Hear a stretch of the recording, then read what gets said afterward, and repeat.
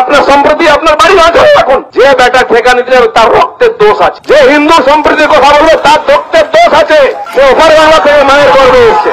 কোন হিন্দু যদি হিন্দুর বাচ্চা হয় সম্প্রীতির কথা মুখে নেবে না। এই চোর গুলো, এই বাটপার গুলো, ধান্দাবাজ গুলো আপনাদের সম্প্রীতির টুপি পরিয়ে পরিয়ে আপনার মা বোনের সম্মান ধন সম্পত্তি লুট করেছে। ভুলে যান সম্প্রীতি। গান্ধীজি সারা জীবন সম্প্রীতি করেছেন, কি হলো? কোথায় গান্ধীজি? কেন তিনটা দেশ হলো? একই বিনতে দুইটি কুসুম, হিন্দু মুসলমান।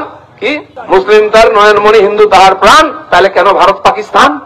হ্যাঁ আহম্মক, কেন ভারত পাকিস্তান?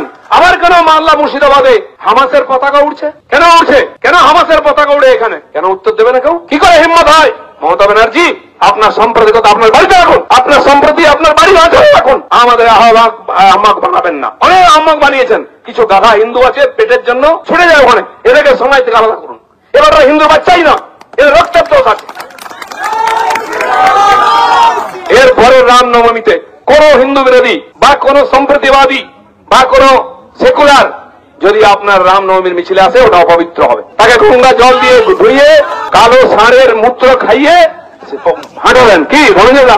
কালো গৌরের মুখ খাইয়ে তারপরে তাকে হাঁটাবেন। অনেক সম্প্রীতি শুনেছেন, এইসব নোংরামি বন্ধ করুন। নেকামি আপনার বাড়িতে এখন হিন্দু কোন ঠেকা নেয়নি সম্প্রীতি, সেই জন্য অপবিত্র করবেন না আমাদের ধর্মকে সম্প্রীতি সম্প্রীতি বলে।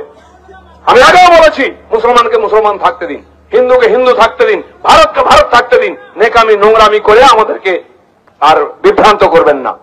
তাই মুর্শিদাবাদ যা ঘটছে, মমতা ব্যানার্জি যদি তার ব্যবস্থা নেন, আজ এই যোগ্য শিক্ষকরা ডিআই অফিসে সব জায়গায় ধর্ণা দিয়েছেন, প্রদর্শন করেছেন।